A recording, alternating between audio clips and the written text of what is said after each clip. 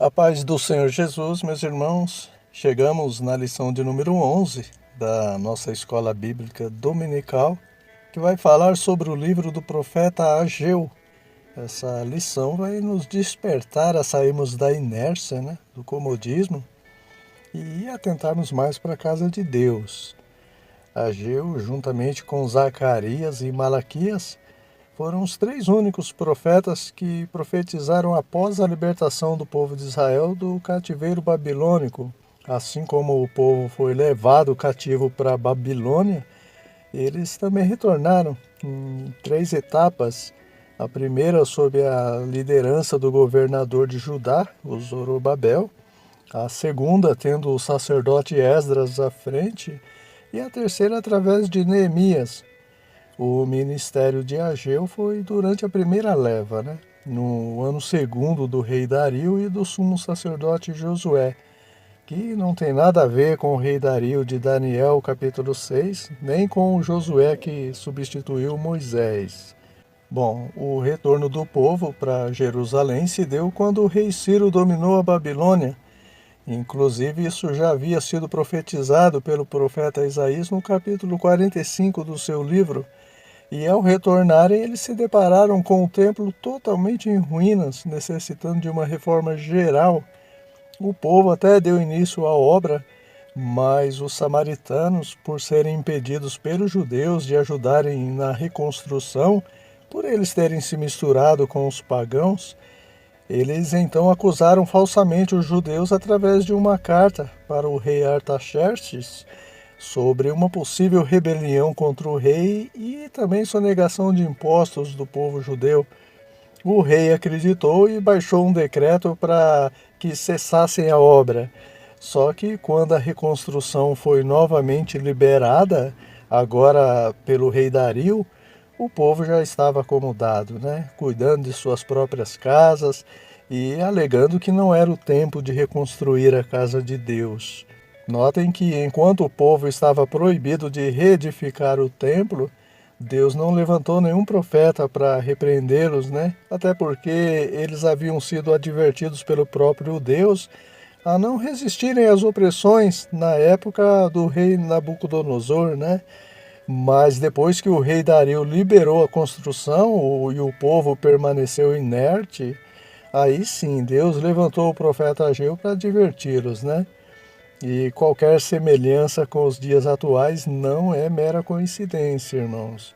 O inimigo age dessa forma ainda hoje, procurando meios de afastar o povo de Deus do templo e se acomodar em suas casas, Na época da pandemia, estávamos proibidos, através de decretos, de cultuar a Deus presencialmente no templo, mas quando fomos liberados, grande parte não retornaram, Se acomodaram no conforto de suas casas, deixaram a casa de Deus de lado, e muitos até hoje ainda não retornaram, E estão sem dizimar, sem ofertar, sem participar da ceia, da comunhão com a igreja. Isso é triste, Durante o decreto, Deus não questionou, mas agora, através desta lição, ele nos adverte a sairmos da inércia, Por que vocês desprezam a minha casa e se dedicam somente às suas ocupações, E o resultado desse menosprezo com a casa de Deus, o povo não prosperava, semeava muito e recolhia pouco, comia, mas não se fartava, bebia, mas não saciava, vestia, mas não se aquecia.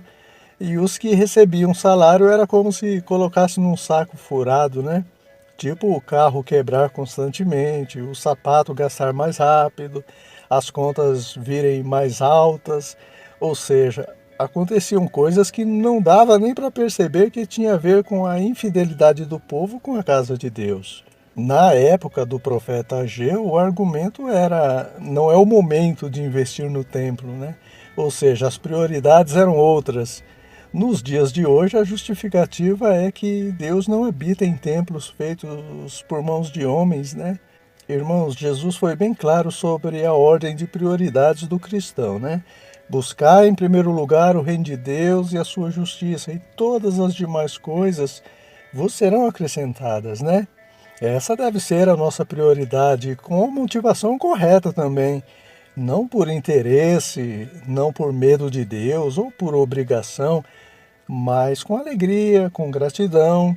Paulo disse: cada um contribua segundo propôs no seu coração, não com tristeza ou por necessidade, porque Deus ama o que dá com alegria. E no caso dos argumentos atuais, realmente Estevão disse que Deus não habita em templos feitos por mãos de homens, né?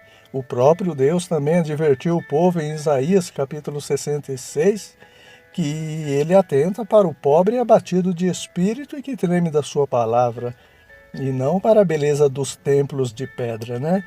Só que, por outro lado, Jesus chamou o templo de casa de meu pai. E no contexto desse livro de Ageu, a exigência de Deus era que o povo priorizasse a reconstrução do templo de Jerusalém, que ele chamou de minha casa, né? Um lugar específico e consagrado para que ele seja adorado pelo seu povo. Parece haver uma contradição entre o que Estevão e Isaías disse com o que Jesus e Ageu diz. Mas não, irmãos. Em ambos os casos, o que o Senhor está repudiando são os exageros, né? Os extremos. De um lado havia uma preocupação excessiva, uma confiança no templo de pedra como se fosse o próprio Deus em pessoa, e deixando a vida espiritual, a santificação e a obediência ao Senhor de lado, né? Na outra extremidade havia um descaso com o templo, né? Com a casa de Deus. Ou seja, enquanto alguns tinham o templo como Deus, os religiosos, né? Outros queriam adorar a Deus longe do templo, os desigrejados. Irmãos, o crente deve ser equilibrado, né? A balança não pode pender para nenhum dos lados, né? O excesso nunca é bom. Outra aparente contradição nesse livro de Ageu é quando Deus diz no versículo 7 do capítulo 1: considerai o vosso caminho. Em algumas versões, considerai o vosso passado, ou os vossos caminhos no passado, né? Enquanto que também em Isaías, capítulo 43, versículo 18, o próprio Deus disse: não vos lembreis das coisas passadas, nem considereis as antigas. Nesse caso, irmãos, o que Deus está dizendo no livro do profeta Ageu é que devemos nos lembrar do passado a fim de corrigirmos os erros presentes, né? No mesmo sentido do que Jesus disse para a igreja de Éfeso no livro de Apocalipse: lembra-te de onde caíste e arrependa-te. Enquanto que em Isaías, ele diz para não ficarmos nos martirizando com a consciência, nos acusando devido ao nosso passado sem Deus, né? Nesse sentido, esquece o passado. Se alguém está em Cristo, nova criatura é. As coisas velhas já passaram, eis que tudo se fez novo. Esquece as coisas que para trás ficam e prossigam para o alvo, para o prêmio da soberana vocação de Deus em Cristo Jesus, conforme nos orienta o apóstolo Paulo. A dificuldade financeira do povo naquela época era grande, porque eles tinham acabado de regressar de um cativeiro, de uma escravidão de 70 anos. Mas Deus garantiu, não vai faltar recursos, porque meu é o ouro e a prata. Irmãos, se colocarmos nossos problemas acima de Deus, tudo será um empecilho para não contribuirmos com a obra, né? Seja através de ofertas, muito menos dos dízimos e até mesmo com mão de obra. Mas se olharmos para Deus como Ele é, como alguém infinitamente maior que os nossos problemas, sejam eles quais forem, a perspectiva mudará e de mãos dadas virá a esperança da vitória, né? Se os irmãos observarem no Salmo 13, Davi estava angustiado no início do Salmo, mas enquanto ele clamava o ponto de vista, as perspectivas dele foram mudando e no final do Salmo ele já estava alegre e glorificando a Deus. Lembro do profeta Abacuque também? Ele estava aflito em meio a tantas injustiças contra Judá, mas quando ele clamou a Deus, o Senhor respondeu. Mesmo com os problemas ainda sendo uma realidade, eles passaram a ser como miniaturas diante de Deus, e Abacuque cantou mesmo ainda em meio às adversidades, né? Quando você olha um avião a 10 mil pés de altura, ele é minúsculo, né? Mas quando você o vê de perto no aeroporto, ele é imenso. Da mesma forma, pelos olhos naturais, nós somos como gafanhotos diante dos nossos problemas, como aqueles espias de Moisés eram diante dos gigantes de Canaã, mas quando olhamos com os nossos olhos espirituais, com os olhos da fé, os nossos problemas, eles é que são como gafanhotos diante do nosso Deus, né? Irmãos, Isaías disse que Deus olha desde o céu e vê os moradores da terra, inclusive aqueles gigantes de Canaã, como gafanhotos. O fato é que às vezes está faltando isso, né? Orar mais para adquirirmos confiança. Quando Ana entrou na presença de Deus, angustiada pela falta de filhos, ao término da oração, ela continuou sem filhos, mas o seu semblante já era outro, né? E Deus honrou Ana, assim como Abacuque, Davi também. Irmãos, Deus nunca vai decepcionar aqueles que confiam nele. Bom, o povo obedeceu, mudou a ordem de prioridades e prosseguiu na reconstrução do templo que eles já tinham iniciado, né? E também não foram decepcionados por Deus. Só para os irmãos terem uma ideia, foram 15 anos e eles não conseguiram sair do alicerce. Mas a partir do momento que eles dedicaram o coração, o amor à obra de Deus, deram ouvidos ao Senhor, eles terminaram todo o templo em apenas 4 anos, irmãos, para a glória de Deus. Para finalizarmos, havia uma mistura de sentimentos entre o povo, né? Os mais novos que nasceram no cativeiro e não viram a majestade do primeiro templo, né, de Salomão, eles se alegravam com esse segundo templo completamente inferior ao primeiro. Só que os mais idosos, que viram a glória do primeiro templo, né, eles choravam ao recordar. Foi quando Deus então diz ao povo, né, a glória dessa última casa será maior que a da primeira. Ou seja, não atente para a aparência exterior do templo, né? Eu só quero que vocês apliquem o coração na obra. Irmãos, quantos templos suntuosos que tem hoje e nos deixam até boquiabertos, né? Mas o interesse e as prioridades muitas vezes não estão voltadas para o reino de Deus, né? E estão como a igreja de Sardes, aparência de vivos, mas estão mortos espiritualmente, enquanto que às vezes numa igrejinha da esquina de um bairro pobre, a glória de Deus se manifesta de uma maneira surpreendente, né? Não pela diferença de riquezas materiais, de beleza do templo, porque pobreza não significa humildade, né? E nem riqueza significa arrogância.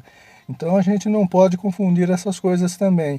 Mas o fato de Deus se manifestar muitas vezes em igrejas pequenas é porque normalmente as pessoas ali buscam o Senhor com um coração puro, limpo, sem interesse, né? Então a gente não pode generalizar, mas acontece muito isso, né? E dificilmente Deus se manifesta em templos suntuosos, onde o interesse é mais as coisas deste mundo, riquezas, né? Prosperidade material, e sem se preocupar com o pecado, com santificação, com adoração sincera a Deus, enfim, né? A glória de Deus só se manifesta se houver verdadeiros adoradores presentes, independente do templo, né? Quando Deus diz que a glória da segunda casa seria maior que a da primeira, ele também já apontava para o templo de carne, né? Não feito por mãos de homens. A igreja viva, morada do Espírito Santo, eu, você, todos nós que recebemos Jesus como Salvador e Senhor e andamos na verdade da palavra, buscando uma vida de renúncia ao pecado, né? Deus estaria dentro desse templo, né? No templo que está dentro do templo. Amém, meus irmãos?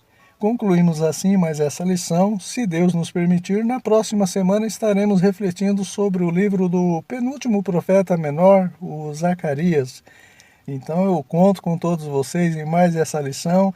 Tenho certeza que também será uma bênção para a glória de Deus. Até lá.